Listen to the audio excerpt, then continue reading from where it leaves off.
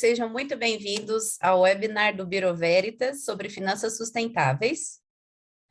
Nós já vamos iniciar, ok? E a gente quer trazer aqui para vocês algumas dicas, né, para que seja uma conversa muito agradável, para que seja um tempo aí de interação de um tema que é tão relevante, né, um tema que tem sido com a pandemia, né, o movimento acelerou cada vez mais e eu sei que vão ter bastante dúvidas, bastante perguntas, então para a gente se organizar, e a ideia é essa interação mesmo, eu vou começar com algumas dicas aqui para nós. Então, em primeiro lugar, né, o vídeo com a câmera, né, e a parte do microfone, eles vão ficar mutados, e vocês vão poder fazer qualquer pergunta no nosso Q&A, que a gente chama. É aquela terceira caixinha que fica aí no canto inferior da tela de vocês, olhando da direita para a esquerda, tá? O chat, ele vai ficar desabilitado, então todas as perguntas vocês podem colocar aí, que eu e a Jéssica, né, nós vamos olhar as perguntas, selecionar pelos temas, né, e vamos respondendo ao longo aqui com o nosso time que está hoje compondo aí esse grupo do nosso webinar, ok? Outra questão, o webinar ele está sendo gravado, ok? Que pode estar disponível, vai estar dentro do canal do YouTube do Bureau Veritas, que vocês possam compartilhar. E a gente convida todos vocês a ficarem até o final, acredito que vocês não vão querer sair, porque o tema ele é muito interessante, mas quem aí, né, desejar e continuar com a gente até o finalzinho, que essa é a nossa expectativa, o Bureau Veritas tem uma surpresa aí para vocês, ok? Então, muito boa noite, né, já temos o pessoal aí, não para de entrar, né, já estamos aí com quase 50 participantes no nosso webinar, e acredito que já podemos dar início, tá? Então, eu sou Mayra Souza, sou a gerente técnica de sustentabilidade do Bureau Veritas Brasil. Uma satisfação e muito gratificante estar aqui com vocês, com grandes nomes das finanças sustentáveis aqui do nosso país. Então, hoje com a gente tem o Alex Vervut, que é o nosso especialista do Bureau Veritas em finanças sustentáveis. Temos conosco a Luísa Vasconcelos, que é a Head de Negócios ESG do Itaú BBA. Temos conosco o Osmar Bambini, que é o fundador e o diretor de inovabilidade, que é o novo termo, gente, que junta inovação, que eu fiquei conhecendo, e sustentabilidade, da startup 1,5 grau, e temos conosco o Leonardo, que é o líder dessa agenda de transição no CBI da agroindústria. Então, vamos aproveitar, são visões muito diferentes, né, e muito multifacetadas das finanças sustentáveis que a gente tem. Então, é um grupo muito seleto que vai conseguir olhar para essa cadeia da finanças sustentáveis e tirar dúvidas, né, de todos vocês. Para começar, eu gosto muito de trazer, né, e eu quero começar esse webinar de uma forma diferente. Eu fui procurar, né, o significado da palavra sustentar. Quando a gente olha no latim, ela significa sustentare. É importante a gente resgatar essas raízes, porque a palavra sustentar, ela vai trazer uma conotação que não consegue separar o que a gente chama de um progresso social, de uma conservação ambiental, junto, né, com a questão do crescimento econômico financeiro. A base, né, de um crescimento, de desenvolvimento sustentável vai passar por todos esses pilares. Então, eu fui resgatar um pouco a base, a gente já trabalha há anos com sustentabilidade, né, já trabalha um tempinho aí, não vamos entregar, né, aqui as idades, mas a gente vê que é importante a gente voltar a essas raízes. Então, quando eu busquei lá no significado latim de sustentare, ele diz amparar-se de forma recíproca para não cair, preservar, né, prolongar, manter o equilíbrio, promover o necessário à sobrevivência, alimentar. Então, essa é a base. A gente vê que o capital econômico financeiro, ele conversa com todos os outros capitais, que é o capital humano, que é o capital natural. Então, hoje a gente vem resgatar esse processo e entender como efetivamente a gente pode trazer esse progresso sustentável, né, conectando todas essas pontas. E não há dúvidas que a pandemia, né, que todos esses movimentos também agora de guerra têm levado a um repensar, né, das atitudes, um repensar da forma de obtenção de lucro, uma reconexão do mercado financeiro cada vez mais forte, né? Já existia aí, né, uma tendência, mas a gente vê que teve um crescimento exponencial nos últimos anos, tá? E esse conceito, ele vem sendo construído ao longo do tempo. Eu não sei se vocês lembram lá do primeiro relatório que teve em Brundtland, que foi muito interessante, que foi o primeiro conceito da visão de sustentar, de prolongar ao longo do tempo intergeracional, né? Que eles trouxeram, eu estou trazendo aqui, foi no relatório do Our Common Future, que todos estamos no mesmo barco, e a pandemia tornou isso cada vez mais claro, todos estamos no mesmo barco, no mesmo planeta. E aí, o que que acontece? Os impactos, eles são globais, mas as nossas atuações e a nossa forma de agir, ela pode ser local. Então, isso é uma discussão também interessante para cada vez mais a gente trazer aqui no nosso grupo. E então, a gente teve essa primeira visão, que nós teríamos que sim satisfazer as necessidades da nossa geração, sem comprometer as necessidades das gerações futuras. Então, isso foi em 87, já foi o primeiro conceito. E aí eu gosto muito que aí lá em 94, o considerado pai da sustentabilidade, que é o John Elton, ele trouxe o famoso tripé da sustentabilidade. Eu acho que muitos de vocês já devem ter visto, que é aquele que tem, né, aquela são o tripé, os três círculos que tem o econômico, o social e o ambiental. Então, cada vez mais se percebeu que esse movimento de promover o efetivo desenvolvimento sustentável, ele se conversa, não tem como a gente separar. E outros movimentos foram surgindo, né, até que a gente chegou, que eu gosto muito da visão de Porter e Kramer, na visão de geração de valor compartilhado, onde eles trouxeram a seguinte visão: ok, pode ter uma instituição, podem ter pessoas que prosperem, mas o que está ao redor dela, efetivamente, também precisa prosperar. Que na teoria era o que o capitalismo neoliberal propunha. Mas muitas vezes a gente sabe que não houve essa repartição, né? Muitas vezes o homem ele ainda tem aquela tendência, né, de concentração de poder, de riqueza. Então agora o Porter e o Kramer vêm trazer essa nova discussão. Ok, a instituição cresce, mas como são os stakeholders da cadeia de valor, né? Como que as partes interessadas da sua cadeia de valor estão?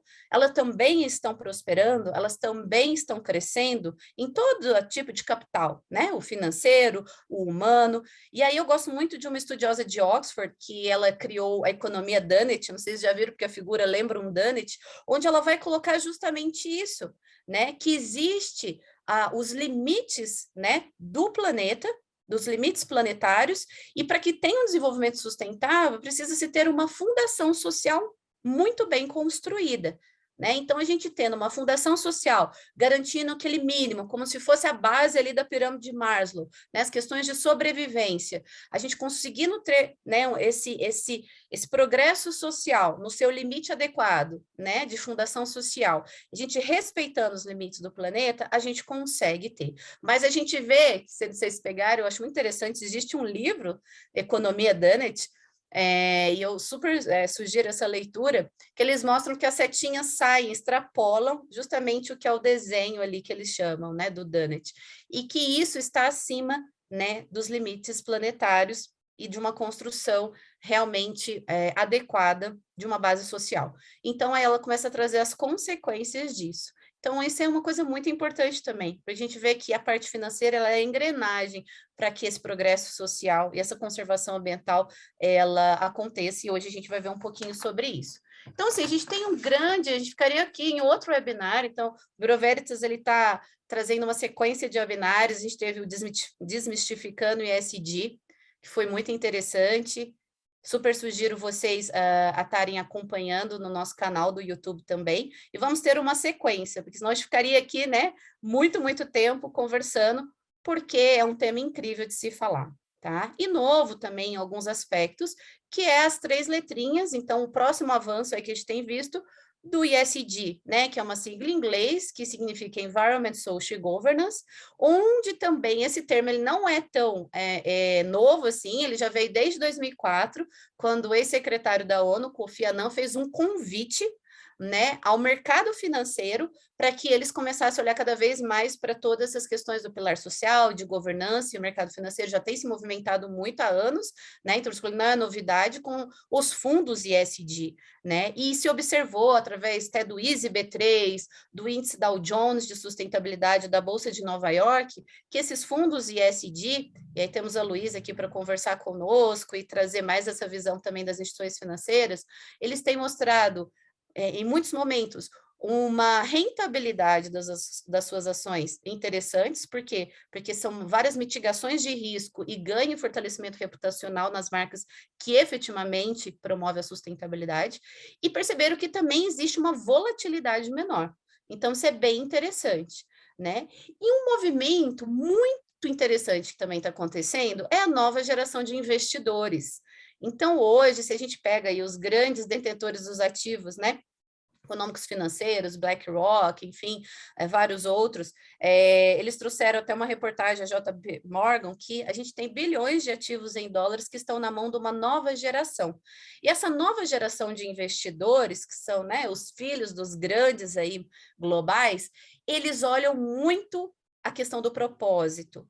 Não é só o investimento e a sua lucratividade em si, e a sua rentabilidade, mas esse dinheiro, qual o impacto social que ele está gerando quando eu invisto, né? Qual que é o impacto social e qual que é a conservação ambiental ou a mitigação de impactos negativos no meio ambiente que ele está gerando? O que ele está propiciando de avanços na governança, né? De avanços na ética, né, no compliance. Então, é uma geração diferente. Então, o mercado ele está mudando. A gente está nessa fase, né, dessa mudança de perfis de investidores e desse capital que cada vez está migrando para as mãos dessa nova geração, que tem uma visão de desenvolvimento sustentável que está se consolidando cada vez mais, ok? Então, vamos começar, né? É um tema extremamente complexo, é extremamente interessante e que tem várias nuances para a gente falar, mas hoje a gente decidiu entrar muito na questão dos títulos verdes, ou em inglês, os green bonds, e temos também a questão dos social bonds e também os linked bonds, né? Então, para a gente começar, eu vou convidar agora o Alex Vervoet, para a gente falar um pouquinho sobre essa pergunta aqui, que sempre aparece. Ok, mas então, na prática, o que são os Green Social Bonds? E qual a diferença, Alex, que a gente vê dos Green Social Bonds com Linked Bonds? Oi, Mayra e todos, boa noite. É um prazer estar aqui com vocês aí nessa noite inspiradora, né? Acho que a abertura da Mayra foi bem bacana aí, mostrando, né, do que nós estamos falando, né?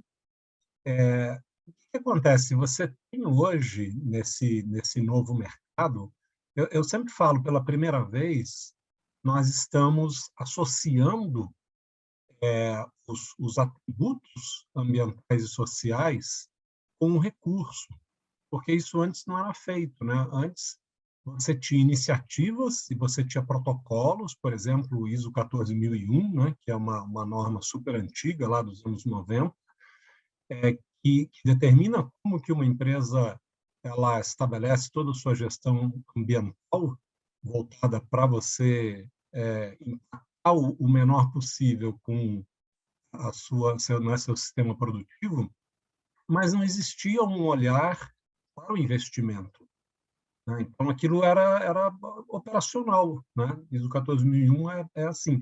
Hoje, quando você cria essa conexão entre o recurso financeiro e os seus atributos, que estão, obviamente, ligados aos projetos, aí você começa a ter uma série de ferramentas, né? E aí estamos falando né? Todas elas com esse nome aí de títulos, né? De bonds, que é um nome genérico, e a partir disso você cria possibilidades. Então, quando a gente fala dos green bonds ou dos social bonds, nós estamos falando do recurso que é carimbado, ele é rotulado, né? Ou seja, eu tenho um determinado recurso que precisa necessariamente ser direcionado para um projeto ou um ativo. E quando eu falo desse Sustainability Linked Bond, ele não é um dinheiro rotulado, ele não é carimbado. Você tem os investimentos, como as empresas sempre trabalharam com dívida, né, as grandes empresas, e aí qual é o charme disso? É você colocar metas de sustentabilidade associadas a esse investimento. E aí você tem duas modalidades que normalmente são utilizadas, que você tem ou um prêmio né, que você ganha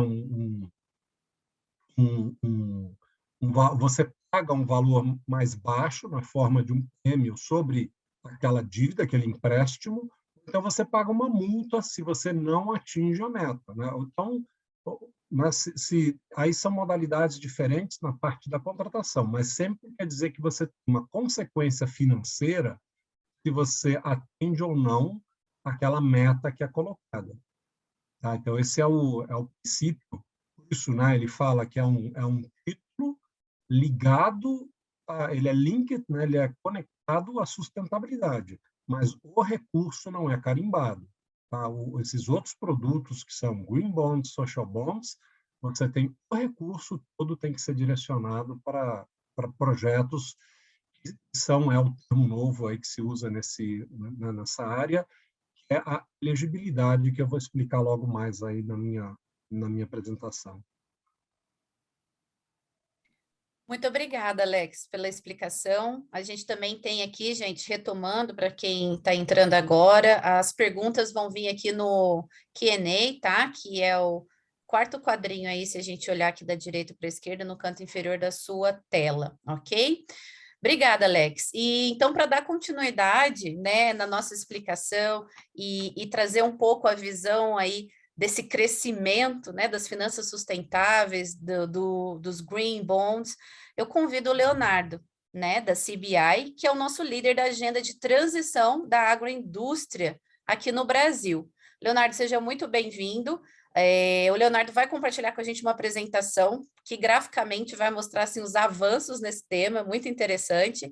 Então, fica à vontade aí, Leonardo, com a palavra. E, pessoal, vamos colocando, se tiverem dúvidas aí, podem ir colocando no nosso Q&A, ok?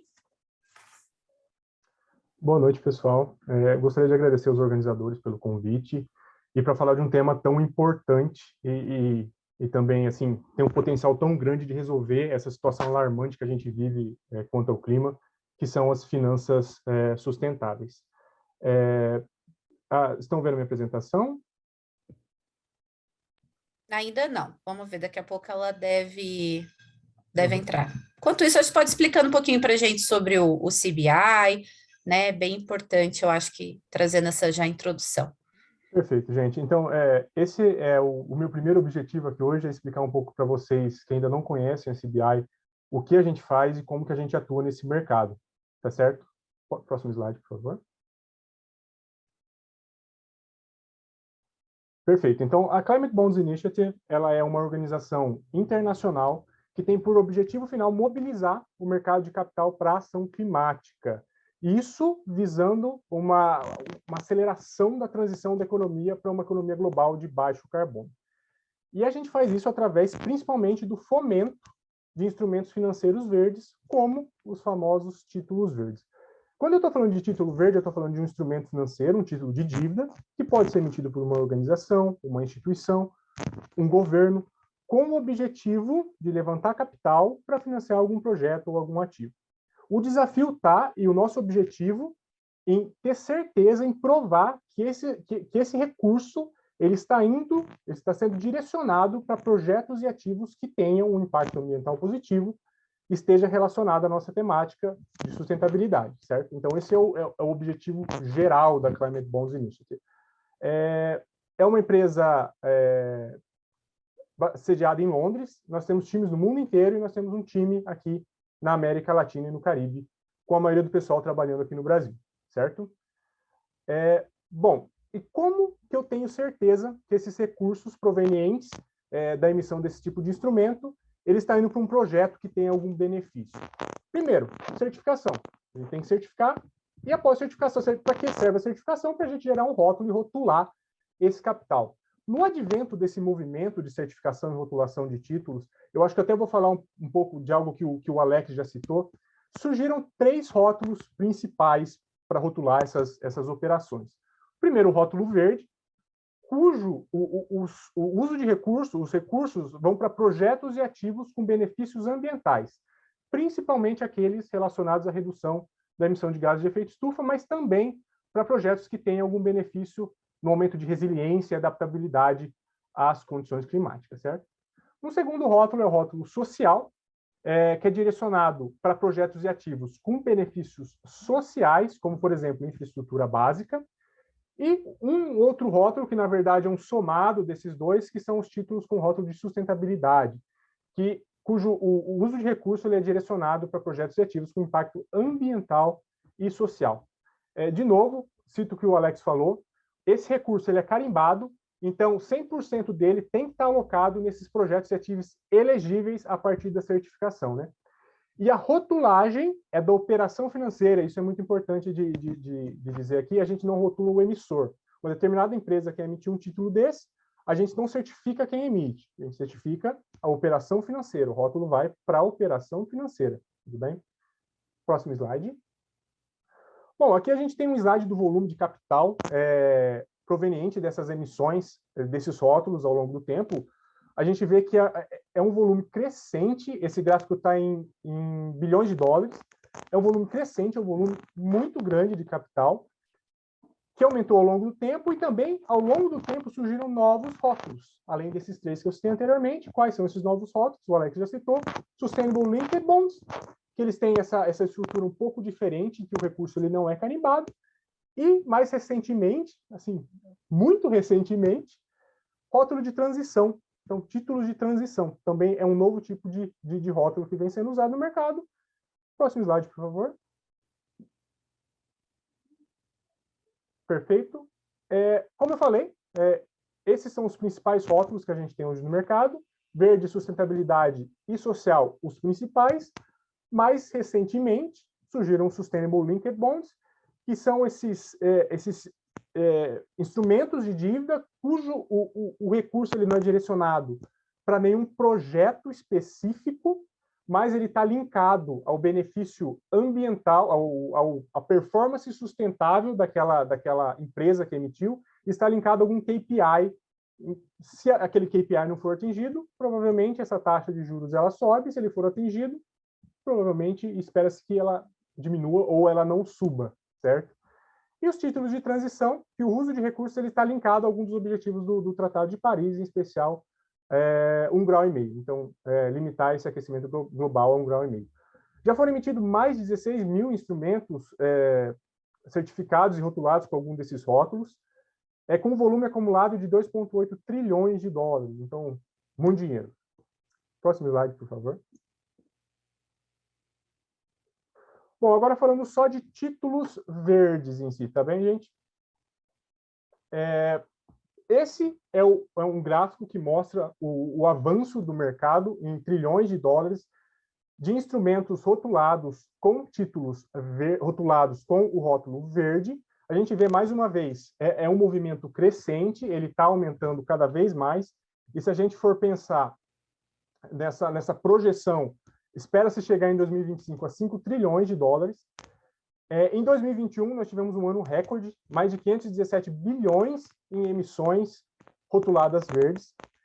Títulos sustentáveis, sociais e outros rótulos chegaram a 647 bilhões de dólares, e o total do mercado de finanças verdes em 2021 alcançou 1,2 trilhões de dólares.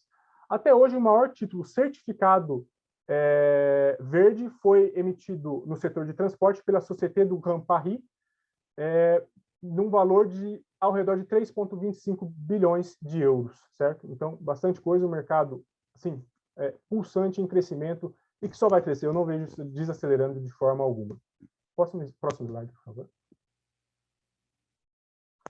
Bom, agora falando de América Latina e Caribe. Bom, aqui a gente tem o avanço desse volume de capital emitido com esses rótulos na América Latina e no Caribe, particionado por entidade emissora, certo? De novo, a gente vê um movimento crescente. Esses dados são até o início de 2022, tá bem, gente? Por isso que esse volume pequeno em 2022, os primeiros meses, realmente. Então, de novo, um mercado crescente, mas qual que é o movimento que a gente pode identificar aqui? Começaram a ser emitidos bastante títulos rotulados por governos, títulos soberanos, aqui essa barra mais vermelhinha aí. O Chile está na vanguarda aqui na América Latina, mas também Egito, Hungria, Suécia, Alemanha, todos já emitiram títulos soberanos certificados verdes, certo? E também, no ano passado, a gente viu um aumento de emissão desse tipo de instrumento financeiro rotulado por entidades suportadas pelo governo também. Beleza, gente? Essa é a grande tendência na América Latina como um todo. Próximo slide, por favor. E agora, falando de títulos verdes, para onde que esse recurso está indo? Para que tipo de projeto? No mundo e na América Latina. No mundo, a maior parte vai para projetos relacionados à energia, construções, buildings, housing, né? Então, construções de moradia, enfim, tudo isso. E em terceiro, transporte. Na América Latina, energia representa uma fração muito maior do uso de recursos. A gente tem esse potencial energético sustentável muito grande no Brasil e na América Latina. E chamar atenção aqui para um papel muito mais proeminente do setor de uso da terra. Aqui a gente está falando de agricultura, a gente está falando de florestas e bioenergia. Então, na América Latina, existe uma tendência também desse setor participar um pouco mais nas emissões referentes a títulos rotulados. Próximo slide, por favor. Bom, e agora um pouco do que a CBI tem. Embora todos esses rótulos existam, a CBI tem critérios para certificação de títulos verdes, tá bem? Com rótulo verde. Então, nós temos um framework. Esse framework é composto de uma taxonomia, que é essa que vocês estão vendo na tela agora, que ela identifica quais os setores e subsetores passíveis de certificação, e para cada subsetor nós temos critérios que vão definir a elegibilidade de projetos e ativos dentro desses subsetores. Não temos critérios para todos ainda, alguns estão em desenvolvimento e alguns serão desenvolvidos, certo?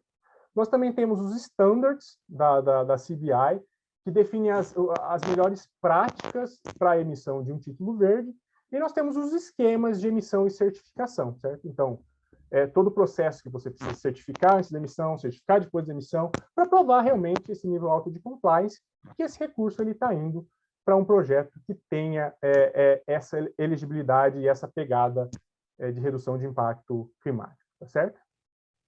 Perfeito. Da minha parte é isso, pessoal. Eu fico aberto a questões. Se alguém quiser entrar em contato também, deixe o meu contato na tela.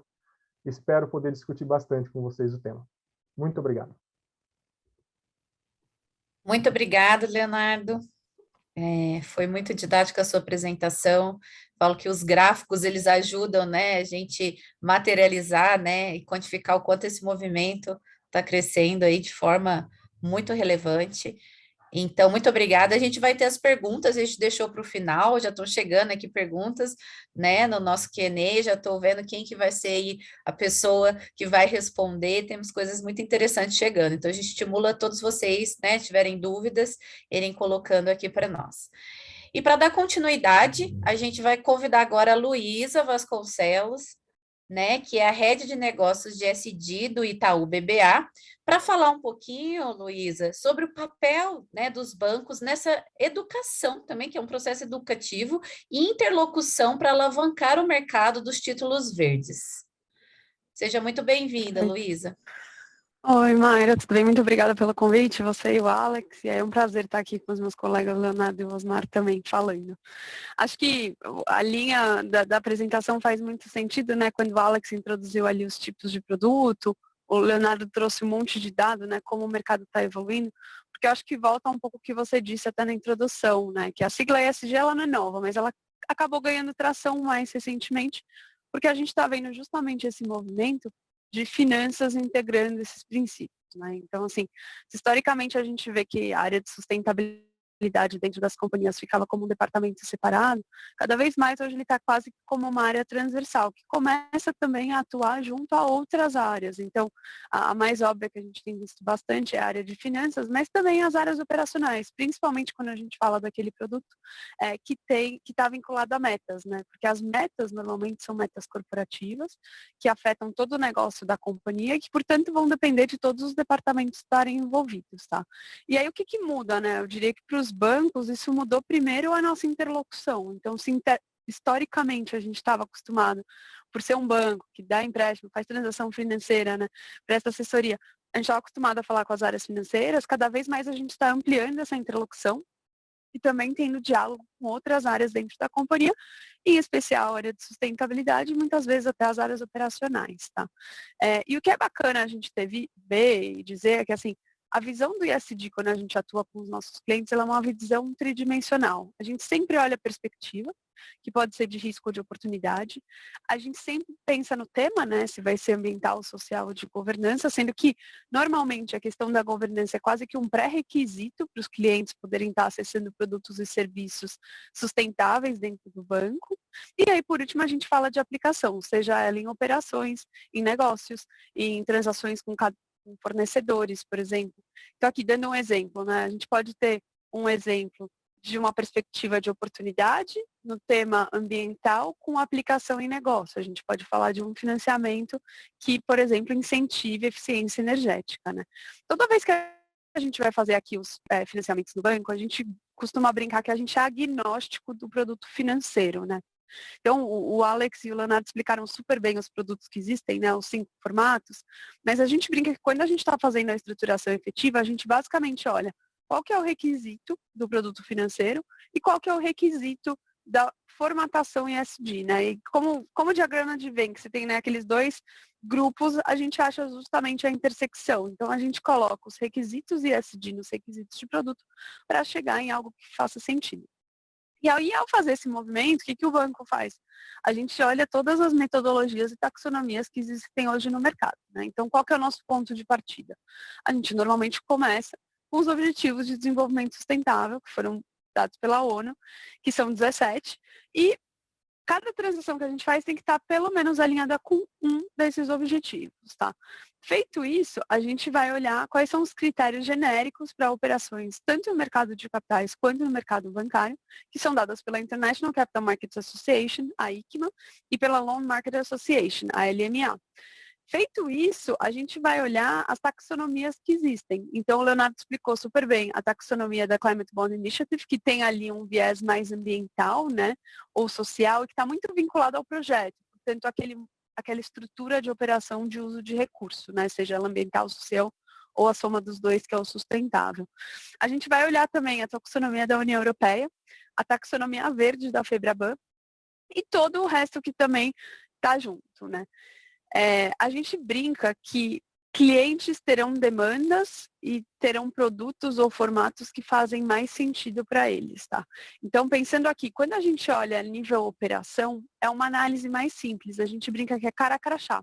Desde que você tenha ali o critério ambiental ou social, você esteja seguindo ele, seguindo a taxonomia que está sendo aplicada, a gente consegue fazer a operação. Quando a gente fala de uma transação vinculada à meta, ou vinculada, por exemplo, à transição, né, climática, a gente precisa ir um pouco mais a fundo. Por quê? A gente não vai olhar só o projeto, a gente faz também uma análise da própria companhia. Por quê? A gente vai ter que ter certeza que a estratégia de negócio da companhia está integrada com a estratégia de sustentabilidade dela e o que ela está propondo é relevante, material e ambicioso, não só olhando só para ela, mas também olhando em relação ao mercado, ou seja, aos peers, tanto setoriais quanto de uma forma mais ampla, tá? E aí, para fazer essa análise, invariavelmente, a gente analisa também a companhia. Então, eu diria que é uma análise talvez um pouco mais detalhada. A mesma coisa se aplica aos títulos que a gente chama de transição, né? A gente brinca aqui dentro de casa que eles são coringa, porque eles podem tanto estar vinculados a um uso de recurso, no verde, no social ou no sustentável, que é a combinação dos dois. E aí, nesse caso, a gente só vai ter que ter certeza que aquele investimento está alinhado à estratégia de descarbonização, mas também pode estar associado a metas, por exemplo, metas de redução de gás carbônico. Tá? Nesses dois casos, a gente faz essa análise um pouco mais ampla, não tem como fugir. não à toa, o banco está passando por um processo da gente começar a incorporar várias dessas variáveis ESG, né, de forma mais ampla, na análise que a gente faz dos nossos clientes. Então, cada vez mais, a nossa análise de crédito, por exemplo, começa a ser complementada também por essas variáveis. E aí a gente começa a ver, de fato, as finanças sustentáveis ganhando forma, tá? A gente faz uma brincadeira aqui internamente que todo mundo pergunta, né? Qual é a vantagem de eu fazer uma operação dessa? Eu tenho benefício de taxa? E a gente vê isso muito mais como uma tendência, né? Então, pensa aqui, fazendo uma analogia. Se no passado quem falava inglês tinha um benefício, ao longo do tempo isso foi evoluindo e aquelas pessoas começaram a simplesmente fazer o que era o esperado. E quem não falava, que estava atrás.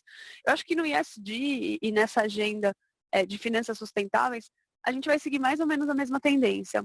Hoje, algumas empresas estão falando, estão de fato se destacando, mas, no fundo, quem não falar e quem não estiver envolvido com essa agenda no longo prazo vai acabar saindo perdendo, tá? Então, vai ficar, de fato, para trás, justamente pelos bancos estarem fazendo todo esse movimento de integração, né? Então, acho que, assim, quando você pergunta, Mayra, qual que é o papel, acho que o nosso principal papel é promover. Então, quando a gente engaja com os nossos clientes, a gente engaja tanto na frente de educação, então explicar para eles os conceitos, movimentos de mercado, o que pode ser feito, quanto também em identificar oportunidades. E a gente brinca que o meu time aqui do banco, ele é um time transversal e a gente é agnóstico em produto. O que isso quer dizer? Para mim, tanto faz se o cliente vai tomar um empréstimo, vai fazer uma operação de mercado de capitais. Eu não estou aqui para vender produto, eu estou aqui para achar solução financeira. Então, no final do dia, a minha área vai identificar qual a melhor solução financeira para aquele cliente e tentar dar uma roupagem sustentável para a solução que for a melhor. E não simplesmente trazer um monte de produto de prateleira e sair vendendo. A gente faz isso de forma muito mais customizada, porque a gente acha que aí sim a gente acaba gerando valor. E esse ponto volta um pouco no que a Mayra falou no começo, né? Que a agenda ESG, ela não deixa de ser colaborativa. E a partir do momento que você vê que você pode colaborar, não só no nosso caso com os clientes, mas também com todos os players envolvidos, né? E de quem eu estou falando aqui? Das empresas que dão rating, da própria BV, que trabalha com a gente super junto para fazer o parecer para esse tipo de transação e determinar o alinhamento com os princípios, a gente acaba todo mundo trabalhando junto, porque no final do dia o objetivo é sempre fomentar cada vez mais esse mercado que já está em crescimento, que nem o Leonardo colocou, mas que ainda tem um potencial enorme de crescer ainda mais. Aí, Mário, acho que com isso eu encerro uma parte e a gente guarda depois um pouquinho para as perguntas. Excelente, Luísa. É sempre muito especial, né, ouvir você falando e trazer essa visão das instituições financeiras. Nós sabemos que você, né, não vai conseguir ficar com a gente além um pouquinho aí do horário, então eu acredito assim, que na sua fala você já respondeu, temos aqui uma pergunta do Douglas Cardoso, que ele justamente fala isso, né, como as instituições financeiras podem se diferenciar na emissão desses produtos financeiros. Então, é justamente, né, todos esses princípios diretrizes que você trouxe, desde os Objetivos de Desenvolvimento Sustentável. Então, acredito que já foi respondido, né? Senão o Douglas Eu traz até aqui para a gente. adicionaria, se você me perguntar, Mayra, eu Claro. acho que, óbvio, é tendo o cliente no foco, que é muito do que a gente vem fazendo, mas é também trazendo essa agenda para o core do negócio. Então, o que minha equipe faz, basicamente? Ela busca oportunidades de fomentar finanças sustentáveis. E isso é feito pela minha área, que é uma área de negócio. Não é feito, por exemplo, para uma área institucional de sustentabilidade. E parece, às vezes, até semântico, a forma como você chama, e não é. Porque a pessoa que está na ponta do negócio, ela está entendendo as necessidades do cliente. Então, ela é melhor do que ninguém para saber o que deveria ser feito e de qual forma. E eu acho que à medida que mais bancos forem fazendo esse movimento, tanto melhor. Porque a gente vai ver, de fato, essa agenda sendo super promovida. Perfeito. E essa eu acho muito interessante. A Renata, acho que é Josco que está aqui conosco, está fazendo umas perguntas bem interessantes. Essa eu acredito que todos gostariam aí de ouvir, né? O quanto os acionistas e investidores estão toleráveis para uma possível queda de lucro de uma empresa que está se ajustando para esse novo modelo de mercado mais sustentável no seu início da jornada. Então, eu acho bem interessante. A pergunta é de 1 milhão, né? Essa é a pergunta de 1 milhão. O que eu diria aqui é que eu acho que vai ser uma mudança cultural, né? A gente sempre fala aqui no banco que, na verdade, não vai ter investidor ou não vai ter acionista que vai topar, de fato, perder alguma coisa para incentivar. Acho que vão ter alguns exemplos, tá? Mas todo mundo quer sempre juntar os dois, porque no final do dia a gente gostaria de comprovar que empresas mais sustentáveis tendem a ter mais valor no tempo. e aí tendem a ter mais valor para todos os stakeholders dela. O que acontece, no entanto, tá? Eu acho que para a gente chegar lá, vão ter vários incentivos positivos que podem vir no meio termo. Então, eu estou falando aqui de incentivo regulatório, incentivo tributário, que podem dar um direcionamento em relação a isso. Mas nada disso funcionaria se a gente não tiver uma mudança de mentalidade. Então, se o provedor de capital na ponta não estiver exigindo. Então, por exemplo, por que na Europa, e o Alex comentou isso no comecinho, né, o Leonardo também tocou, por que na Europa, Estados Unidos, esse mercado está tão mais desenvolvido que no Brasil? Porque lá o provedor de capital, quem investe o dinheiro nos fundos, pede que esses fundos apliquem em ativos ESG. E aí o gestor de capital ele tem que ir atrás desses ativos. E aí é uma questão de oferta e demanda. Se você tem mais demanda do que oferta, isso vai se refletir em preço, e aí mais pessoas vão buscar fazer essas transações porque estão vendo esse benefício. Mas rapidamente isso vai se ajustando, como tem acontecido muito no mercado de bonds, por exemplo. Agora, enquanto isso não acontecer no Brasil, vai ser difícil a gente chegar nesse momento. O que pode eventualmente acelerar essa agenda são esses incentivos positivos, vindo tanto do lado legislativo, do lado, por exemplo, de tributação, e por aí vai, ou até dos próprios bancos, tá, de terem políticas. Aqui o Itaú, por exemplo, a gente tem 2 metas, né, públicas, que são justamente para direcionar a nossa atuação.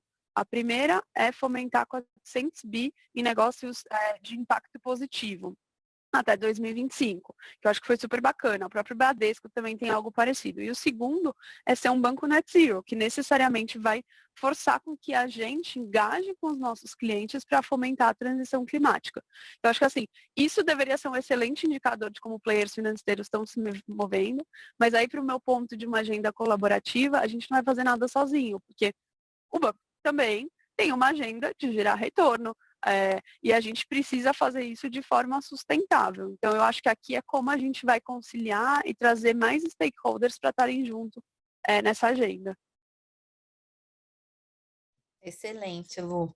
A gente queria continuar aqui, né, fazendo várias perguntas para você, mas aí a gente vai dar continuidade, se sobrar algum tempinho, tem mais umas perguntas interessantes para a gente encaminhar. Agora, pessoal, gostaria de convidar o Osmar Bambini, que é o nosso diretor de inovabilidade, né, que junta inovação com sustentabilidade, gostei muito, e o fundador, né, da startup 1,5 grau, que o nome, né, já é extremamente representativo, né? 1,5 grau já traz aí na sua essência toda essa busca por uma economia de baixo carbono. Osmar, seja muito bem-vindo, né? Pedir para colocar a apresentação, acredito que vocês vão...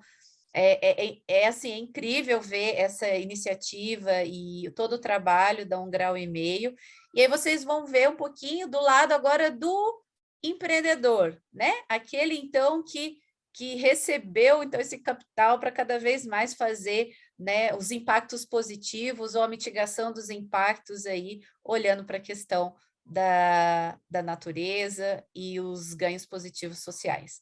Então, Osmar, é contigo. Obrigado, Maíra. Vocês estão vendo a minha tela?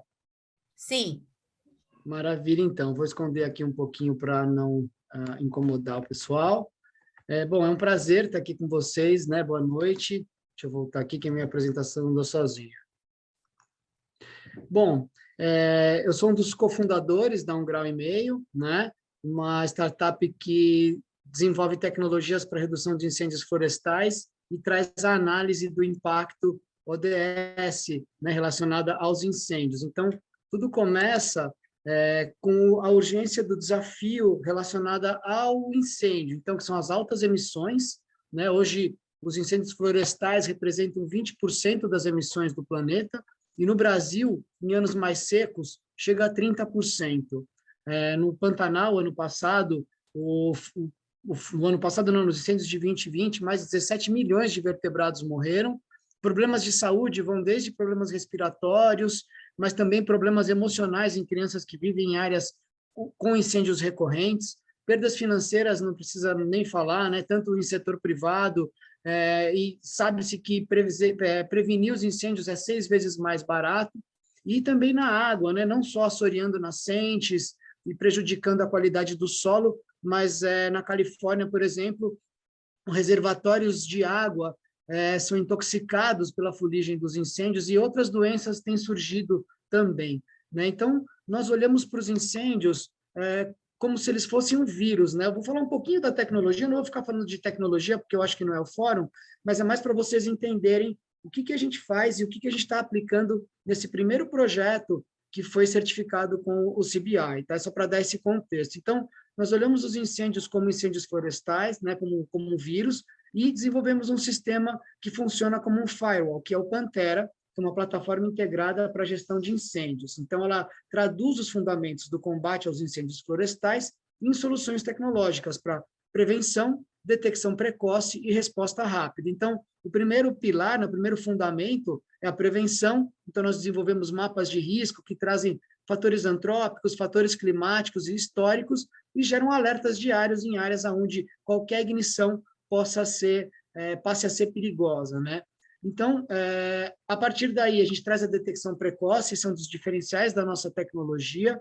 Nós utilizamos câmeras de alta resolução, instaladas em topos de torres de comunicação. Essas câmeras rodam 360 graus, têm 70 mil hectares de raio e detectam focos de incêndio de dia e de noite em até 3 minutos. Isso é muito diferente dos satélites, que também a gente utiliza, mas eles acabam detectando focos, às vezes, horas depois do que a gente faz, e a gente também informa a latitude e longitude exata, para que as brigadas possam atuar rapidamente. Então, a gente entra na segunda etapa da plataforma, que traduz os fundamentos de resposta rápida, né? Resposta rápida é traduzida em comunicação, mobilização e planejamento de combate. Então, a gente cria os módulos para a gestão das brigadas, onde estão essas brigadas, quais equipamentos elas têm, quão perto do foco ela está para eu acioná-la mais rapidamente, e a gestão de recursos, porque os incêndios eles não é a tecnologia que resolve, é o trabalho em rede.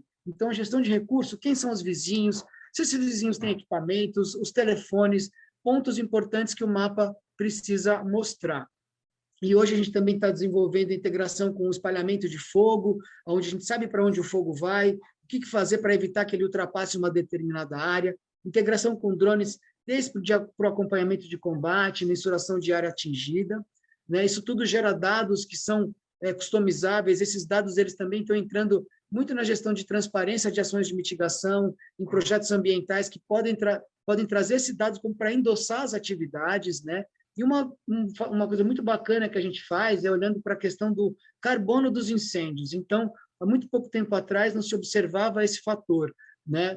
Observava-se o desmatamento, mas não se media a emissão dos incêndios, né? Isso o professor Aragão, né, começou a olhar, trazer esses dados. Então, a gente hoje desenvolve uma forma de medir a área queimada e quantificar as emissões relacionadas a incêndio. E o nosso objetivo é sempre medir o impacto da nossa solução em uma área que tem um histórico de incêndio específico, né? Aí o que eu vou trazer para vocês é justamente a iniciativa Abrace a Floresta, que é o primeiro capítulo Pantanal, que foi o projeto que nos colocou na certificação CBI, foi onde a gente trouxe o maior rating aí para dizer de projeto ambiental, e é um dos projetos que a gente mais se orgulha, né? Então, vocês sabem o que aconteceu no Pantanal em 2020, 26% da área foi queimada, 3,9 milhões de hectares afetados, 17 milhões, como eu falei, de vertebrados mortos, e uma quantidade de emissões considerável, de 150 milhões de toneladas foram para o ar. Então, nós nos unimos com membros do Ministério Público, com a academia, Universidade Federal de Minas Gerais, desenvolvemos um projeto que cobre o Pantanal inteiro. Essa é a primeira fase, ele ainda não cobre o Pantanal inteiro, mas ele cobre 2,5 milhões de hectares e beneficia 3 institutos, três instituições, né? O Instituto Homem Pantaneiro, sim, nós estamos cobrindo aí, nessa área, mais de 350 mil hectares, cobrindo toda a rede amolar, que é uma rede fundamental, né? É uma rede de montanhas, né? De serras no meio do Pantanal, e nós atendemos também o Sesc Pantanal e a Brigada Aliança. Então, esse projeto foi um projeto patrocinado pela JBS, né? Foi verificado pelo Bureau Veritas com a ajuda do Alex e certificado pela Climate Bonds, né? Então, essa aqui é uma visão hoje real, né, do projeto de pé. Não vim mostrar só um PowerPoint, é um PowerPoint, mas uma foto da realidade. Essa é a foto do Morro Pelado, que já começa nessa rede amolar, né, bem aqui no comecinho, saindo de Corumbá. Então, é uma foto real da plataforma que já está online. A gente inaugura ela oficialmente ano que vem, no mês que vem, né? Isso aqui é um pouco a cara do projeto, né? Quanto foi mobilizado, as próximas fases, o que nós queremos trazer, a expansão, trazer novas tecnologias, maior impacto social, um maior período de projeto, né? Eu não vou me delongar muito aqui, né? E esse também é muito legal, esse projeto acabou gerando uma travessia da Serra do Amolar no ano passado, que virou um documentário e que semana que vem eu vou apresentar nesse evento de clima e fogo lá na Califórnia. Vai ser muito legal poder fazer isso. Bom, aqui os parceiros, né, que vão também além da Bureau Veritas e da Climate Bonds, é uma parceria muito forte com a Unesco, com as reservas da biosfera, com esses projetos de resiliência ao fogo, alguns ratings e certificações e avaliações que eu já começo a trazer um pouco o porquê, né, e tudo isso, porque é muito bacana criar o impacto para fora, atender os ODS que eu citei, mas a gente tem que olhar para dentro, né? E eu acredito que empresas do nosso porte, que são empresas pequenas, a gente costuma brincar que foi o menor bond que já existiu, né, do Green Bond. Então, a gente tem que olhar para dentro. Então, a gente está prestes a virar uma empresa B, estamos já com uma pontuação muito alta e as perguntas estão diminuindo, então a gente está chegando bem próximo de ser uma empresa B, né? A gente sempre olha para dentro, sempre a gente se provoca para poder melhorar os nossos processos. Dá trabalho, não é fácil, mas se nós queremos acessar um capital mais paciente, se nós queremos endossar realmente o nosso impacto, não é assim tão fácil, não é? Ainda mais uma empresa do nosso tamanho, que não tem tanta estrutura de governança como grandes empresas que acessam o fundo, né? Então, olhando para fatores-chave e desafios, né? Acho que qual foi o fator-chave? Foi o apoio da Bureau Veritas, né? Principalmente do Alex, que nos assessorou demais nesse processo, realmente como um projeto investigativo da Bureau Veritas, mediante o nosso tamanho, foi muito bom, eles nos pegaram na mão, né? Mas acho que o desafio é como é que se escala esse cuidado para empresas do nosso porte, e que não é fácil de combinar a quantidade de trabalhos e de projetos gigantes com projetos pequenos. Então, eu acho que no médio prazo, empresas do nosso porte possam ter também a oportunidade de acessar esses fundos. Por que é importante para uma startup como nós acessar um fundo desse? Porque nós não precisamos dispor do nosso equity, nós não precisamos abrir mão de parte da empresa. Então, isso é muito saudável para a gente no começo. Deixa para quando a gente ficar maior, abrir parte da empresa. A gente tem uma fatia maior dela agora. Então, para nós é muito importante, né? Conforme eu falei no último slide, é sempre subir a régua na mensuração do impacto. E acho que manter a melhora constante quando você tem indicadores que mostram que você tem que melhorar. Então, esse é um desafio constante, a régua sempre tem que subir e os processos internos sempre têm que ser validados e verificados, né? Então, acho que um outro fator-chave foi o aprendizado, né? As conexões que gerou, né? As pessoas que chegaram na gente após, desculpe, a entrada nessa rede da Bureau Veritas, do CBI, né? E eu acho que o nosso desafio também é como expandir esse mesmo tipo de projeto do Pantanal para outras áreas, olhando já para a Chapada dos Veadeiros, olhando para o Parque das Emas, para áreas do Xingu, ou seja, existem outros projetos chegando no nosso pipeline que vêm atender esse impacto e o nosso objetivo é sempre devolver o resultado operacional, né? Bom, esse é o nosso time, somos em 48 pessoas no time, um time que cresceu bastante no último tempo, e é isso aí, pessoal.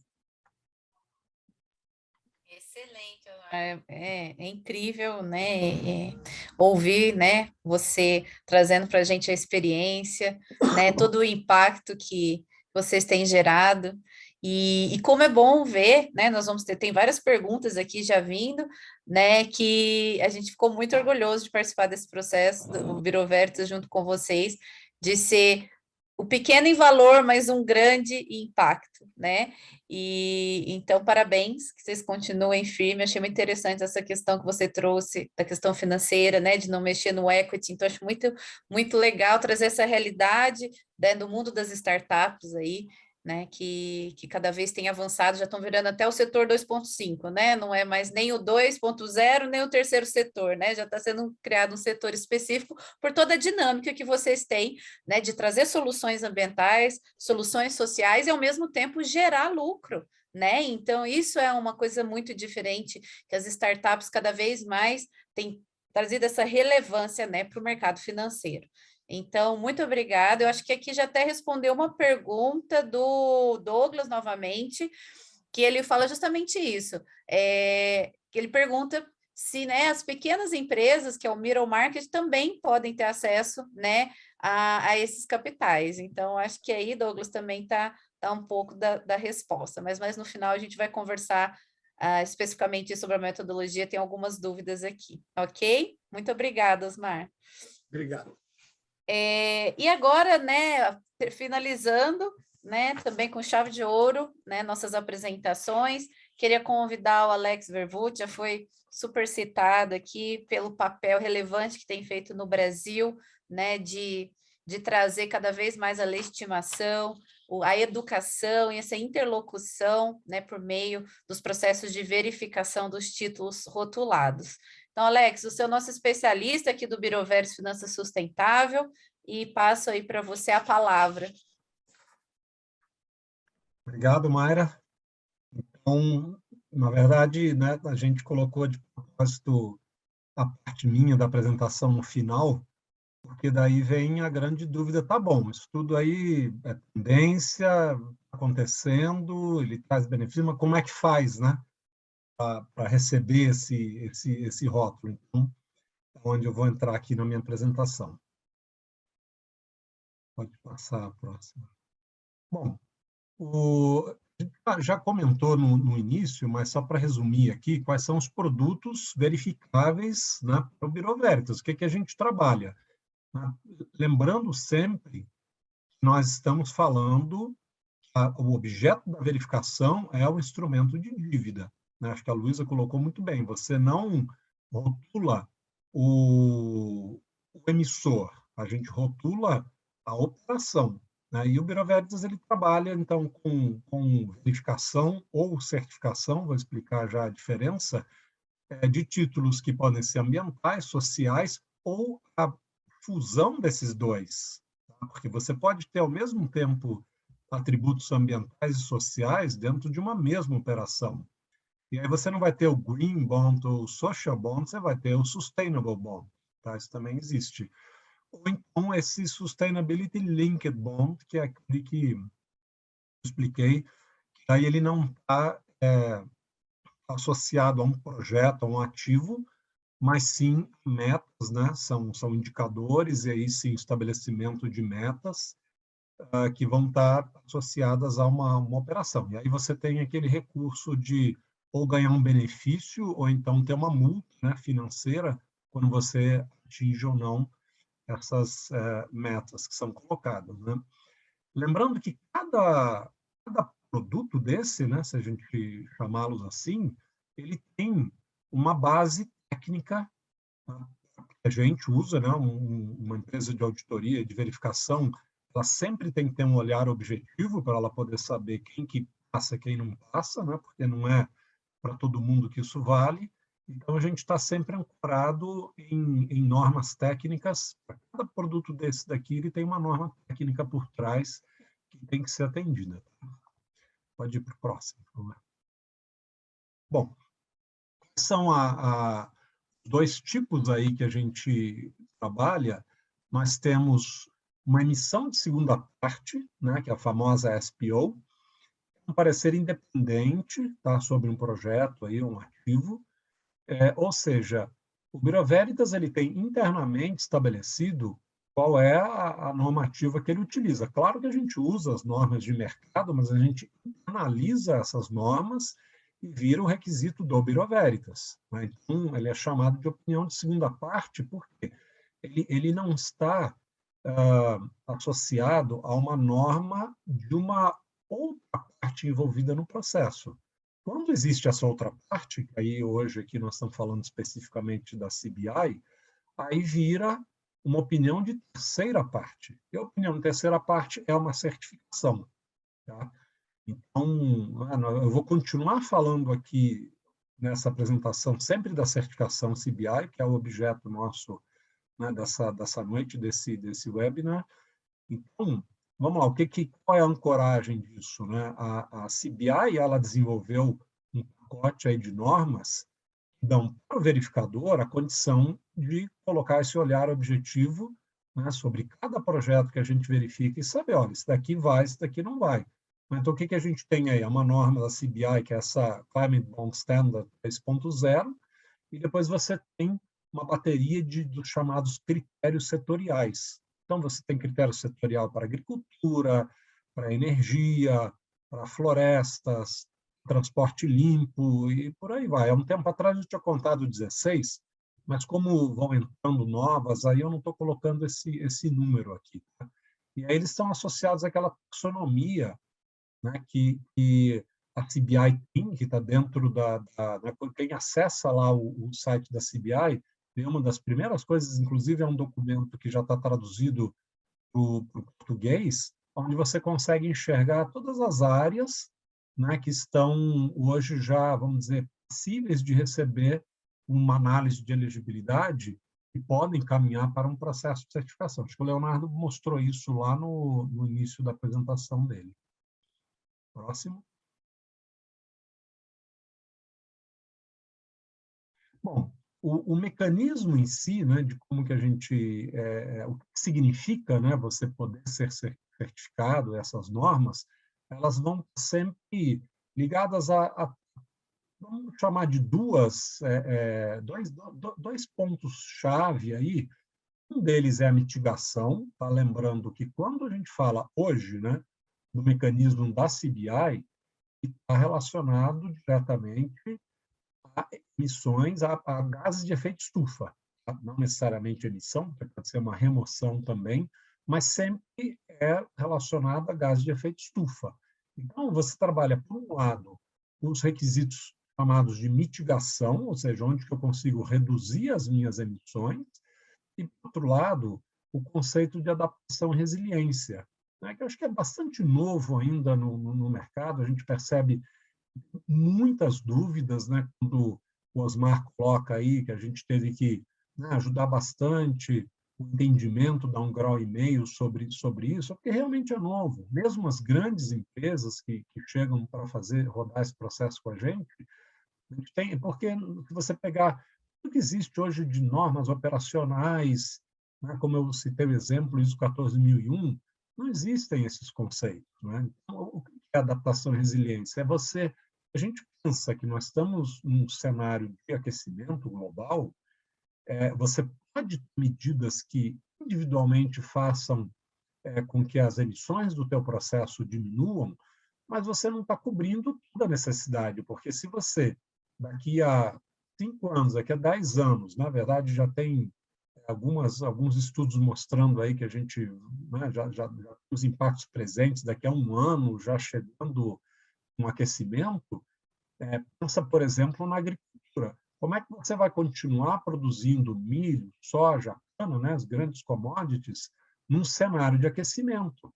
Isso requer uma análise muito, vamos dizer, técnica, para você ter uma agricultura adaptativa, né, que seja resiliente a essa nova condição, porque talvez você vai ter que trabalhar com menos recurso hídrico, né, você tem outras pragas que estão atuando no campo. Então, isso, né, tem um olhar muito mais amplo para uma análise, né, um cenário de riscos, para entender o que pode ser feito para que você continue com o negócio funcionando, né, e gerando o lucro para todos os stakeholders com o passar do tempo. Então, esses conceitos de mitigação, adaptação e resiliência, depois como que se dá a governança para que você consiga atender a isso, eles estão focados em 4 princípios dos Green Bonds. Falando agora especificamente de Green Bonds, que é o tema aqui com a CBI, então, aí você tem o primeiro desses princípios, ele fala justamente da elegibilidade, né? Como é que eu sei o meu negócio, ele pode ter um projeto, ou ele, quanto ativo, ele tem condições de ser elegível. né? Então, é o princípio chamado aí do uso de recursos, onde você olha para aquela economia, né? E ali você vai ver, bom, eu estou dentro de uma atividade que pode passar pela porta, e aí eu entro nos outros princípios, né? Existe o princípio aí de que é processo para avaliação e seleção de projetos, que é muito voltado para a governança, ou seja, a 1,5 graus, ela hoje está trabalhando com detecção precoce aí de incêndios, mas o que ela vai fazer amanhã ou daqui a um ano? Se ela receber uma proposta para começar a fazer um outro tipo de atividade que não tem nada a ver, né, com essa certificação que ela recebeu, ela dá uma guinada na atividade dela e passa a atuar num ramo que tem muita emissão de gás de efeito estufa, sabe, mudou. Então, a gente tem que olhar bastante, porque tudo que nós estamos falando de sustentabilidade é médio e longo prazo. Então, como é a governança de uma empresa, que tenha tem que usar esse termo aí que eu acabo repetindo muito, uma ancoragem para que isso se perpetue, porque qualquer operação de dívida ela é feita por alguns anos, né? Então, você tem que continuar usando esse recurso para o propósito que ele foi colocado inicialmente. Depois você tem um princípio do gerenciamento desse recurso, porque você capta o recurso, ele está na mão dessa empresa, né? E depois toda a parte de reporte, prestação de contas sobre esse recurso que está, né, sob o poder da empresa ao longo do período dessa contratação dessa dívida, né? Então, a gente olha uma coisa fundamental, que o compliance ambiental ele sempre ele vale, ele tem que ser atendido. Então, isso é uma coisa fundamental, não está dentro dos princípios, mas atendimento a requisitos, né, claro, na esfera ambiental, eles sempre têm que estar atendidos. Eu estou vendo aqui que a Mauri está levantando a mão aqui. Mayra, você quer que eu dê uma parada agora ou a gente segue até terminar a apresentação aqui? Eu ia pedir para o Amaury, pessoal, se tiver alguma dúvida, pode colocar aqui no nosso chat, que aí depois a gente já encaminha. Pode ser, pessoal, para a gente fluir aí com a dinâmica? Pode passar para o próximo. Bom, aí depois, né, olhando de maneira muito prática, como que se dá esse processo, né, de verificação? Isso também é diferente para esses trabalhos que a gente faz, de certificação de processos ou mesmo de produtos. O que a gente tem que imaginar é o seguinte: quando uma empresa vai, ou vai para o banco, ou vai para uma instituição financeira, ou vai para o mercado de capitais, buscar o recurso, ela está na fase chamada da pré-emissão, né? Eu não tenho ainda a dívida contraída, mas eu quero levá-la para o mercado como sendo uma operação que recebeu a certificação, né? Então, você tem esse momento chamado a verificação na fase da pré-emissão da dívida, né? Isso é importantíssimo, por quê? Porque significa fazer uma verificação ainda toda em cima de conceitos de projeto, documentação. Você não tem ainda a atividade sendo realizada, que foi exatamente o caso com o Osmar, quando estava lá com o projeto Pantanal, né? Ele não estava todo implementado. Então, a gente verifica as condições todas em documentação, é projeto. Em certas situações, você já tem o seu projeto implantado, mas você está capitalizando a pagar aquele projeto, né? Por exemplo, um refinanciamento. Isso é chamado auditoria, ela é de emissão, mas ela é retroativa. Tá? Isso também é uma modalidade que existe, ela pode retroagir até 2 anos. Isso é bem importante, porque às vezes empresas falam, poxa, mas eu tive um projeto que se enquadra nos Green Bonds, mas eu já fiz ele. Eu consigo ainda me enquadrar? Sim, se você tiver uma nova dívida sendo feita que, né, ela vai constituir uma operação, você pode resgatar projetos até 2 anos para trás, tá? E depois você tem, né, após a emissão então da dívida, que é o caso aqui da 1,5 graus, implementou o projeto, ele está rodando, aí você passa pela auditoria, verificação chamada de pós-emissão. Aí você vai demonstrar que aquilo que você colocou como requisito os indicadores, o uso do recurso da maneira como ele foi colocado no início, realmente está sendo colocado em prática. Tá? Pode passar para o próximo, por favor. Bom, aí tem uma pergunta que vale, né, muito aí, bola de cristal, tá, mas será que eu tenho um projeto que é elegível? Então, algumas dicas, tá, para que se analise. Se você for olhar de maneira bastante técnica, você vai acessar essas chamadas aí taxonomias, né, e depois todas as descrições de elegibilidade. Agora, o princípio é o seguinte, você tem que ter, principalmente, inovação, né, uma palavra muito chave você olhar para a elegibilidade. Normalmente, nós estamos falando de novos projetos, né, captações aí que estão na modalidade de CAPEX, mas não necessariamente. Tá? A agricultura, por exemplo, você pode fazer custeio de safra usando curso para isso. Aí ele não é um CAPEX. Né? Então, florestas também. Por quê? Porque quando você demonstra que tem uma atividade, ela é feita, por exemplo, a agricultura de baixo carbono, você também tem um direito ao enquadramento. Agora, é bom pensar sempre também em novos investimentos e, principalmente, projetos de inovação, que é exatamente o caso da 1,5 grau. Né?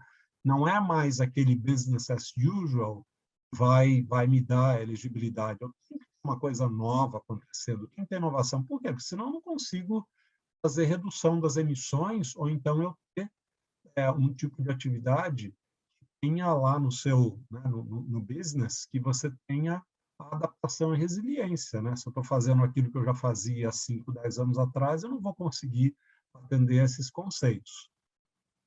Lembrando que sempre quando a gente olha para essa elegibilidade, quando a gente confere o título verde, você precisa seguir o recurso. Tá? De novo, é a operação que é certificada, e a operação tem um propósito, um projeto, um ativo. Isso vai até o final da vida do uso do recurso. Próximo. Aqui, rapidamente, aí as etapas, né, de um fluxo de certificação. É importante é se você dá, nós estamos falando do nosso cliente, ele tem um projeto, um ativo que ele entende que é elegível, né, aí você vai buscar uma operação financeira, se você quer fazer uma operação de dívida, né, e aí a gente consegue fazer uma análise prévia, o Bureau Veritas já pode entrar nesse circuito para analisar se você realmente tem esse projeto elegível, e a partir disso, sim, aí definir escopo, né? Aí a gente entra para toda a questão comercial de definir requisito de contrato, e aí existe uma possibilidade, que é nessa fase lá da pré-emissão, se fazer a análise especificamente da elegibilidade ou entrar direto para a verificação completa do projeto. A gente tem essas duas, né? Isso de fato acontece na prática, né? Empresas que entram direto já falam, quero conferir, de fato, comprovar e confirmar na elegibilidade e já rodar o projeto inteiro, ou eu distribuo isso em 2 etapas. Né? Feito todo o trabalho de verificação com base naqueles 4 princípios, o Bureau Veritas ele emite um relatório e submete esse relatório à CBI. E a CBI que emite atualmente aí o certificado. Tá? Depois de 24 meses, você tem que, até no prazo máximo de 24 meses, passar por essa chamada auditoria da pós-emissão, né, que é, de novo, emitido um relatório do Bureau Veritas e, de novo, ele é submetido à CBI.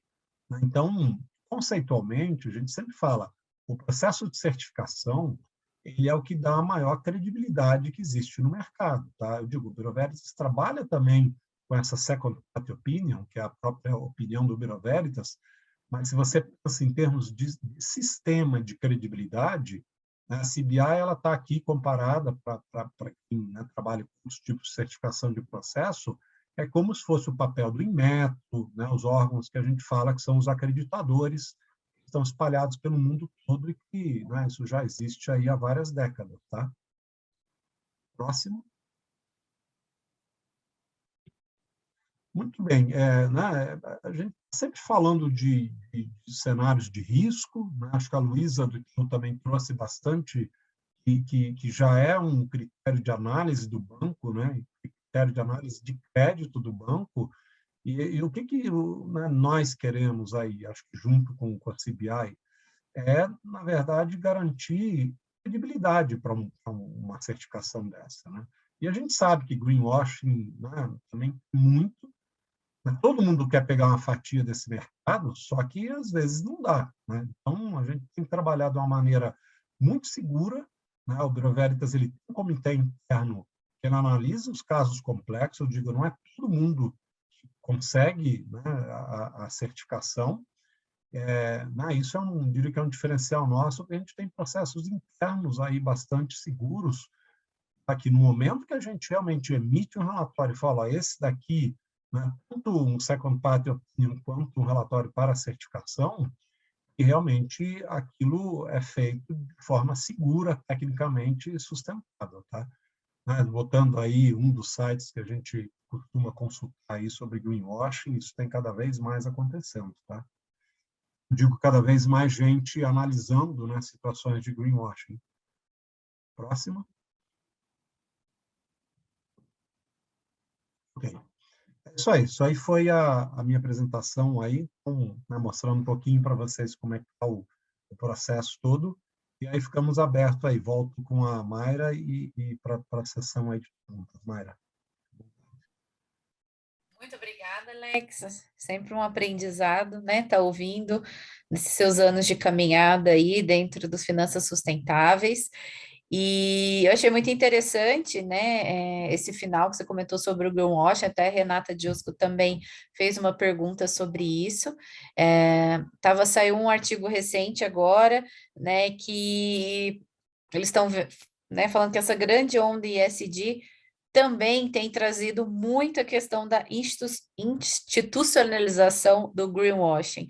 Então, é algo que a gente sempre traz, essa é uma grande preocupação do Bureau Veritas em todos os seus processos, né? À toa que o Bureau Veritas é uma empresa aí secular, né, já vamos aí, tá indo para o segundo século de existência, que é justamente legitimar o que é legítimo, né, e trazer legitimidade a esses processos, né? Lógico, são mercados cada vez mais complexos, a gente fala, são muitas análises, muitas nuances que tem que ser feita, e cada vez mais todos esses grupos que estão aqui nessa cadeia, né, tem cada dia mais se conversado, isso é muito importante, né, Alex? Como a gente se conversa com as instituições financeiras, com o parceiro, com os clientes, para a gente, com o CBI, para cada vez mais a gente trazer, né, uma plataforma sólida para esse processo de verificação e certificação.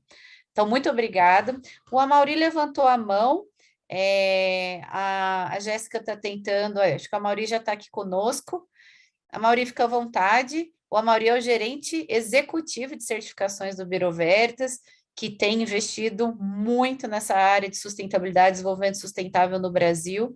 É um prazer, a Amaury está aqui conosco. Se tiver alguma pergunta, alguma fala, fica à vontade, Amaury.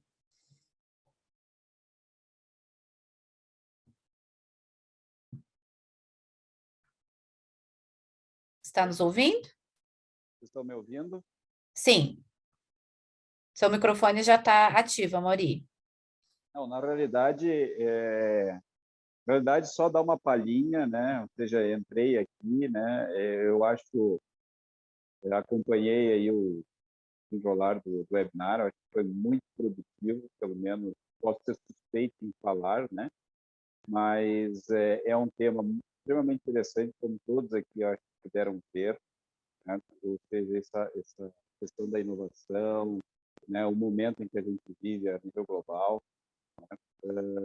as referências que são extremamente importantes que vieram para cá, os cases que estão aqui, né? Então, eu me sinto orgulhoso aí, né, de estarmos juntos, né, nesse momento, né, e todos tenham certeza, o Bureau Veritas, né, realmente está investindo significativamente nisso, né, e queremos levar aí para o mercado as soluções, né, e as parcerias necessárias para que a gente contribua, né, efetivamente, possa contribuir com o que o nosso mundo global precisa, né, para que as futuras gerações tenham a plenitude do mundo.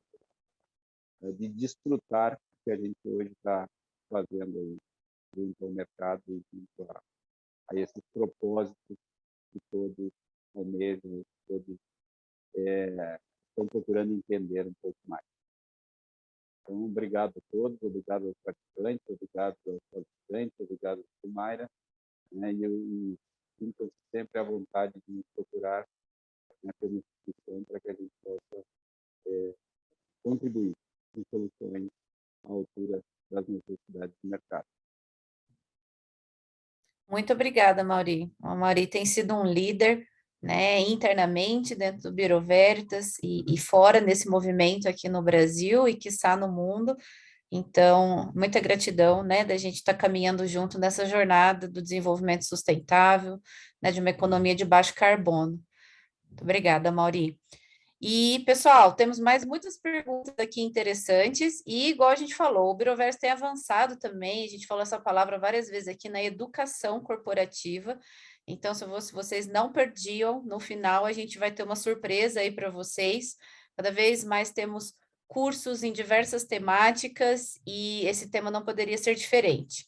Então, vamos seguir aí juntos. Temos muito, eu estou tendo que selecionar aqui algumas perguntas muito interessantes, e eu acho que eu vou continuar. O Alex, né, a gente já trouxe a resposta da questão do greenwashing, dos desafios, né, que a gente reforçou aqui, desse trabalho feito com essa seriedade, né, feito buscando justamente lutar contra esse movimento, né, então isso é muito o perfil de todos os atores que estão aqui envolvidos. E tem mais um aqui que eu vi, que são para certificadoras. Que eu acho que a gente pode responder, e também o Leonardo, também fique à vontade. É uma pergunta bem interessante, o pessoal tem muita dúvida sobre isso. A certificação CBI é a única no mundo para Green Bonds?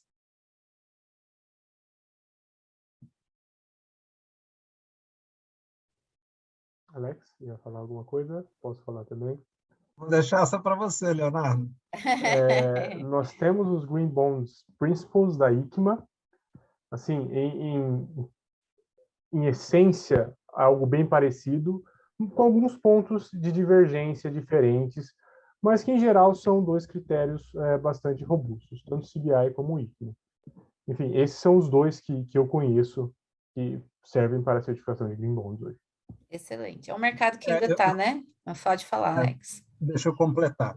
O que acontece? O ICMA, ele colocou os princípios, né? Ele tem os princípios para os green bonds, ele tem os princípios também para os social bonds, ele tem os princípios para os linked bonds, mas ele não faz o papel do que a gente chama de acreditador, como faz a CBI.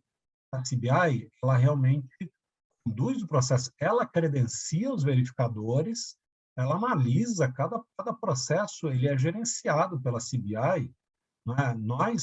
Quando nós fazemos o processo de verificação, a gente sabe que está sendo monitorado por uma entidade que é completamente independente. Então, é o que eu falo, esse é o modelo chamado de terceira parte, que é o modelo de certificação. O ICMA, ele vai para o modelo de segunda parte, porque aí o Bureau Veritas ele se apodera dos princípios dos green bonds do ICMA, né? Ele internaliza isso, ele vai lá, faz uma verificação e emite um parecer de segunda parte. Mas o ICMA não olha para o nosso relatório, ele não nos credenciou e ele não verifica o nosso trabalho. Então, o nível de credibilidade, quando a gente fala de um processo feito de certificação de CBI, ele naturalmente é mais alto. Perfeito.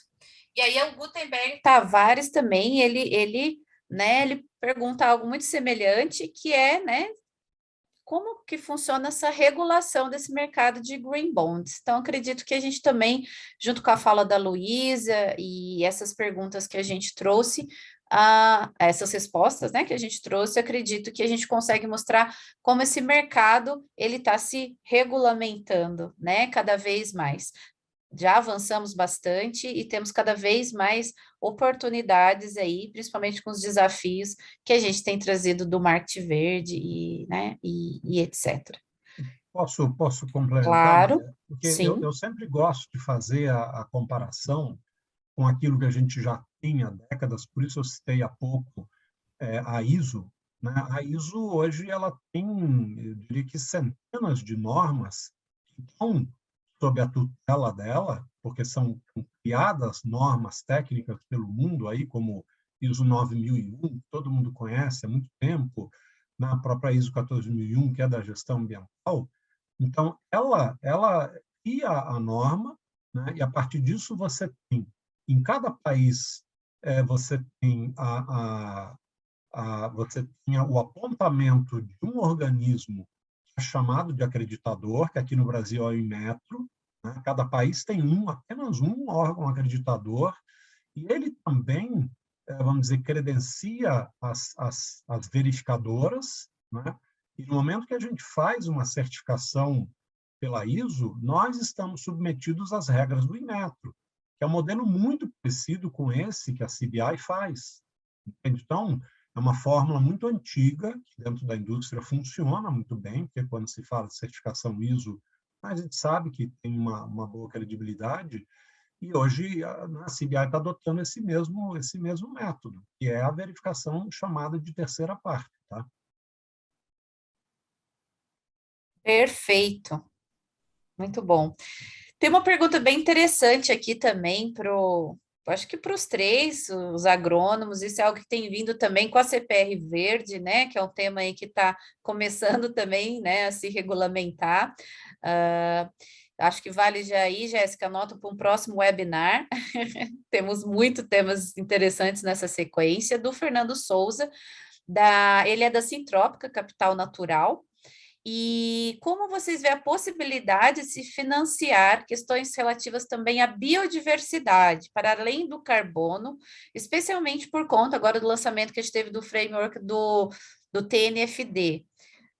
Acho uma pergunta bem interessante, né, que está olhando aí para os outros ativos ambientais. Então, gostaria aí que o Alex também, o Leonardo, o Osmar ficassem à vontade para trazer suas contribuições.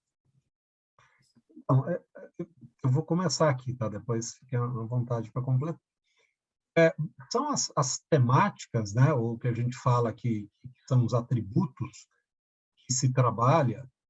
Como a questão do carbono, ela ganhou muita evidência no mundo todo e está sendo trabalhada há muito tempo, você tem um direcionamento, por exemplo, da CBI, ou quando você pega as taxonomias, né, que da União Europeia, na Ásia também você tem, elas realmente foram formuladas para a temática do carbono, das emissões. Mas, obviamente, o tema de recursos hídricos ou de biodiversidade, eles também são extremamente necessários e também merecem ter, né, taxonomia voltada para eles. É possível, você consegue construir uma taxonomia, né, técnica para a biodiversidade, para o recurso hídrico. Né? Eu também consigo olhar para um projeto que vai ou minimizar, né, mitigar o uso do recurso hídrico, ou de alguma forma ser resiliente ou adaptativo ao recurso hídrico ou à biodiversidade. A questão é que a gente não tem isso ainda desenhado, né? Então, são coisas que vêm, certamente virão, né? Então, hoje o que está mais maduro, vamos dizer assim, é para o carbono. Ótimo.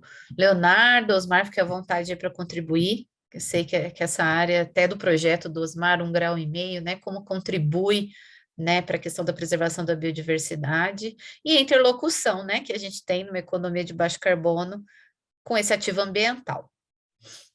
A gente acredita muito, assim, tem uma linha do ecomodernismo que acredita que a tecnologia vai resolver todos os problemas, né? A gente não acredita nisso, a gente acredita muito que tecnologia é um meio, nossa tecnologia, ela é uma tecnologia de um momento de crise que resolve algo que na realidade não deveria acontecer, que são os incêndios antrópicos, né? Que é o incêndio com intenção de queimar. Então, no mundo maravilhoso, isso não aconteceria. Mas acontece, então a gente tem essa tecnologia. A capacidade de mensurar o resultado, seja as emissões de carbono, seja a biodiversidade, a gente até costuma falar que a biodiversidade é o próximo carbono, né? E é verdade. Então, surgem ferramentas e tecnologias para entrar nesse local. Já há as tecnologias de mensuração de biodiversidade, paisagem acústica, começar a entender o impacto no território, né? E medir o impacto na biodiversidade tem ficado cada vez mais à mão. Então, dentro de todos aqueles ODS que nós trouxemos no começo da apresentação, quais são, a gente trabalha olhando para quais são as ferramentas e tecnologias que vão conseguir traduzir o impacto operacional no resultado do ODS, né? Então, tem saúde, tem recursos, tem água. A gente está olhando para o carbono, mas a gente já começa a dar os passos para olhar para a biodiversidade e também entender qual que é o valor dessa floresta de pé. Então, também nós estamos participando de um estudo para identificar a floresta, identificar qual que é o valor dessa floresta de uma maneira menos invasiva possível, identificando espécies. É um projeto muito interessante que a gente participa da X-Prize, que é Rainforest Challenge.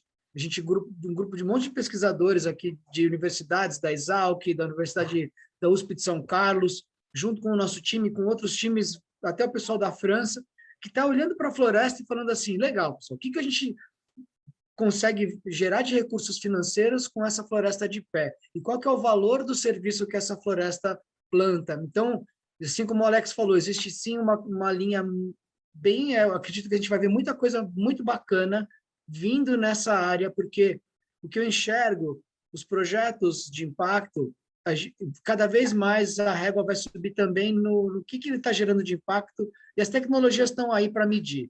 Então, não vai ter como escapar. O seu projeto gera impacto? Gera. Então, bota essa tecnologia que ele prova que isso está acontecendo. Porque tem muito, como dizem, muito hot air, né?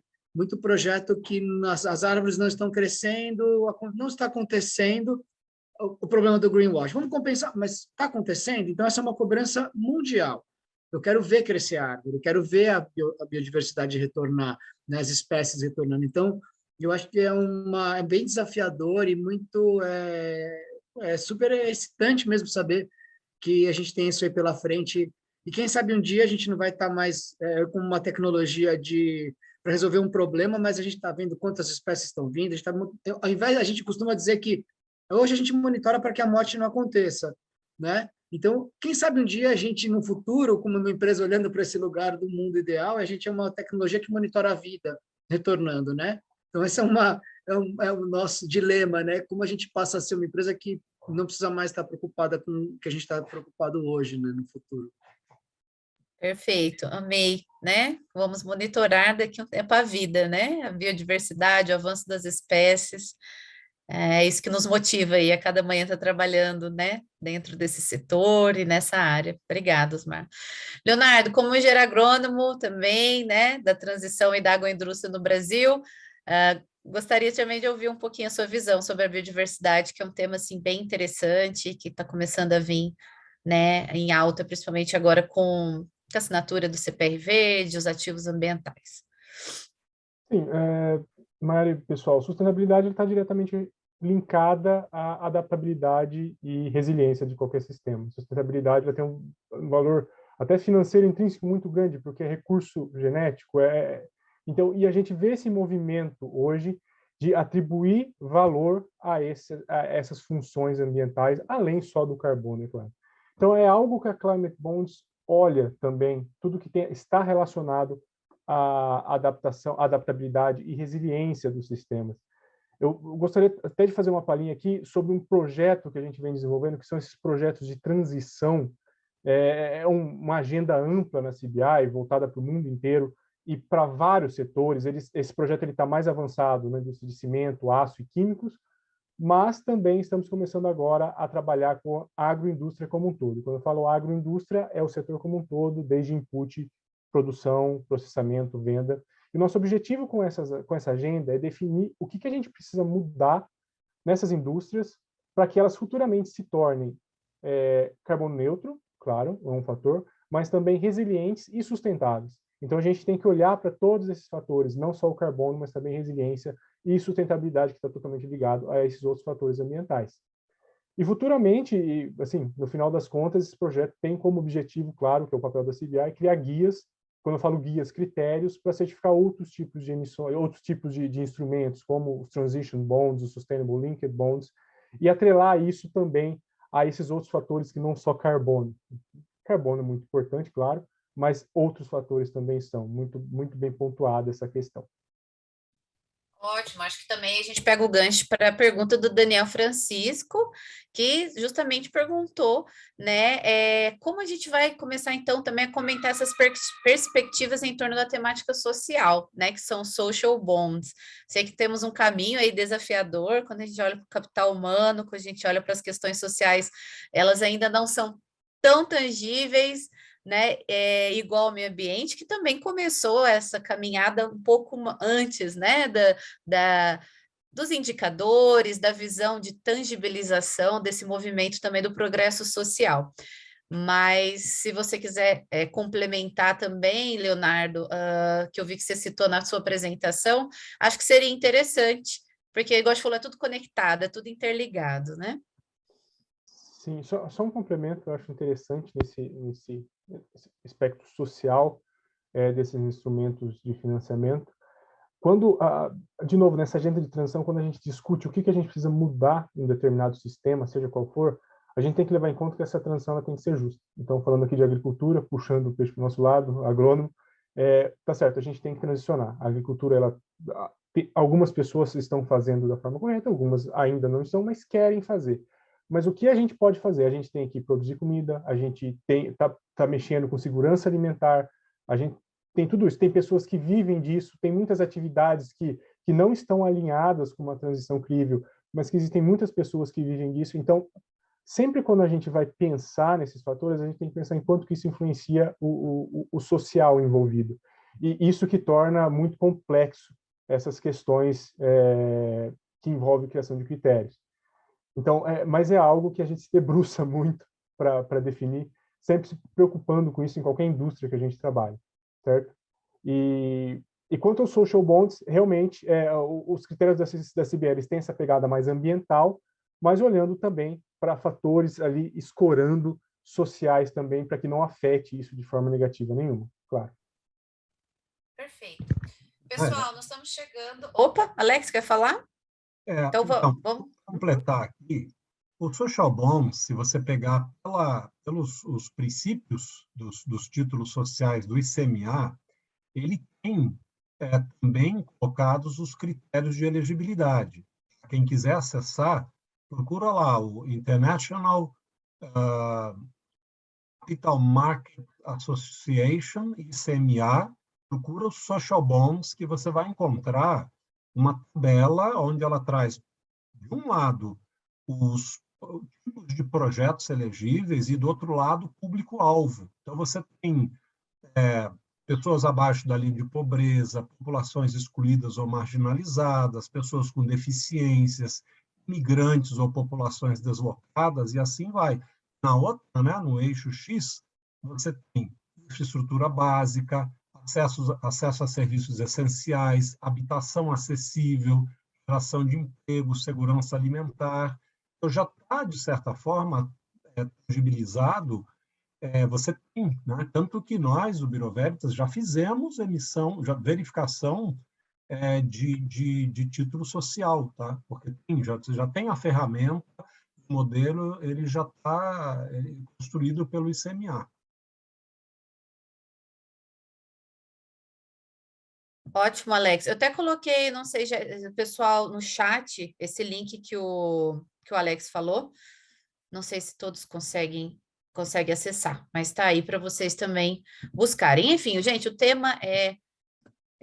Eu sou suspeita, né? Sou apaixonada por esse tema. Eu viraria aqui à noite conversando, mas por isso que o Bureau Veritas está dividindo, né? Acompanhem, sigam nas nossas redes sociais, no Instagram, Bureau Veritas Brasil, no YouTube, nosso canal. Tem já uma sequência de webinários extremamente interessante. Então, o Bureau Veritas quer trazer conhecimento e conhecimento de qualidade via esses webinários.